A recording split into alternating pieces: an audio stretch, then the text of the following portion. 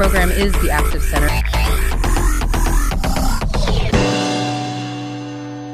All right, let's dive into something that honestly is behind every single business success and every single failure.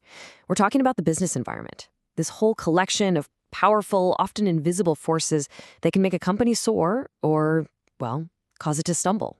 Let's get right into it. I mean, it's the million-dollar question, isn't it?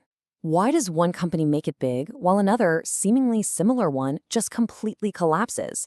Is it just dumb luck, a genius CEO, maybe a killer product? Yeah, those things definitely help. But the real answer is usually so much bigger. It's all about understanding the world a company actually operates in. And that answer is the business environment. Think of it as literally everything that touches a company. We're talking global politics, economic trends, and even the mood in the company break room. The key to really succeeding is what we call dual vision. You've got to be able to look outward at the world and, at the exact same time, look inward at your own organization.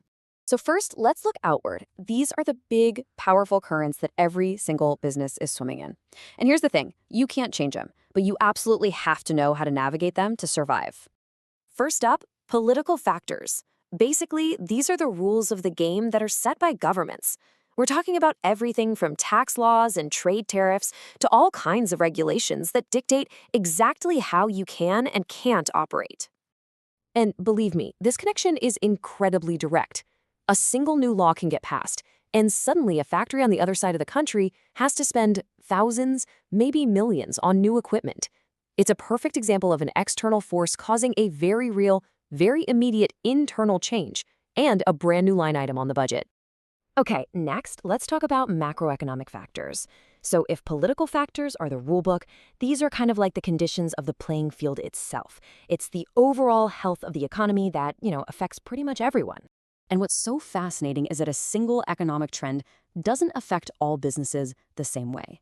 A big recession could be a total disaster for a company selling luxury watches, right? But for a discount grocery store, it could be a massive opportunity. Why? Because our psychology as consumers completely shifts. We become more focused on value, and we actively start looking for bargains. It really is all about where you're positioned in the market. Let's move on to social factors.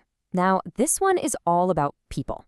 It's about the shifts in our culture, our values, and the latest trends that completely change what we, as consumers, actually want to buy.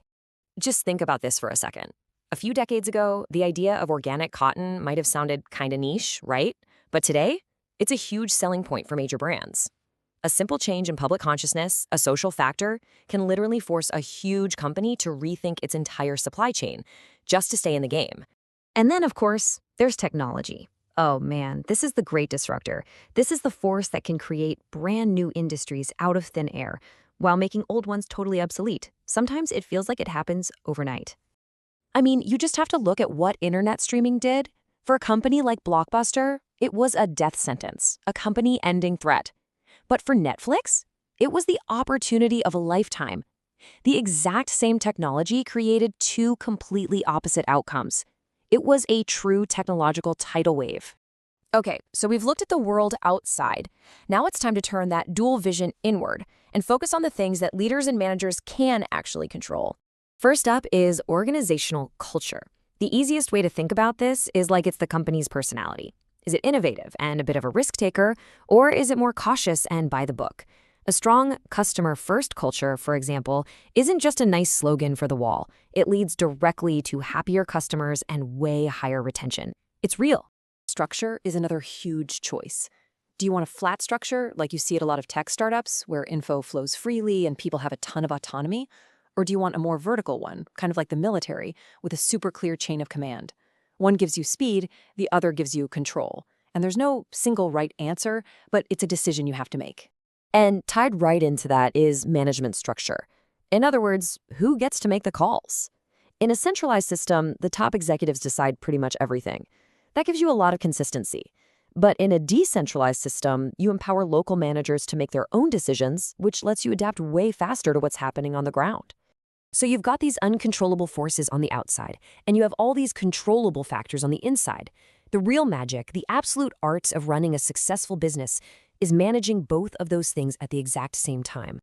So here's the bottom line, the ultimate cheat sheet. On one side, you have all those external factors where your level of control is, well, pretty low to none. You have to react and adapt. On the other side, you've got the internal factors where your control is high. This is where you get to proactively build an organization that can weather any storm. And this really is the core idea of this whole explainer.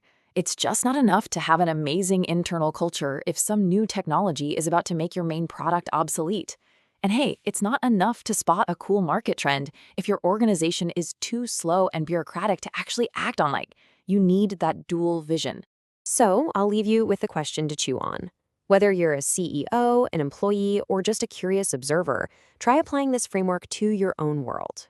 What is the biggest technological, social, or political wave that's heading for your industry right now? And more importantly, are you ready for it? Thanks for joining me.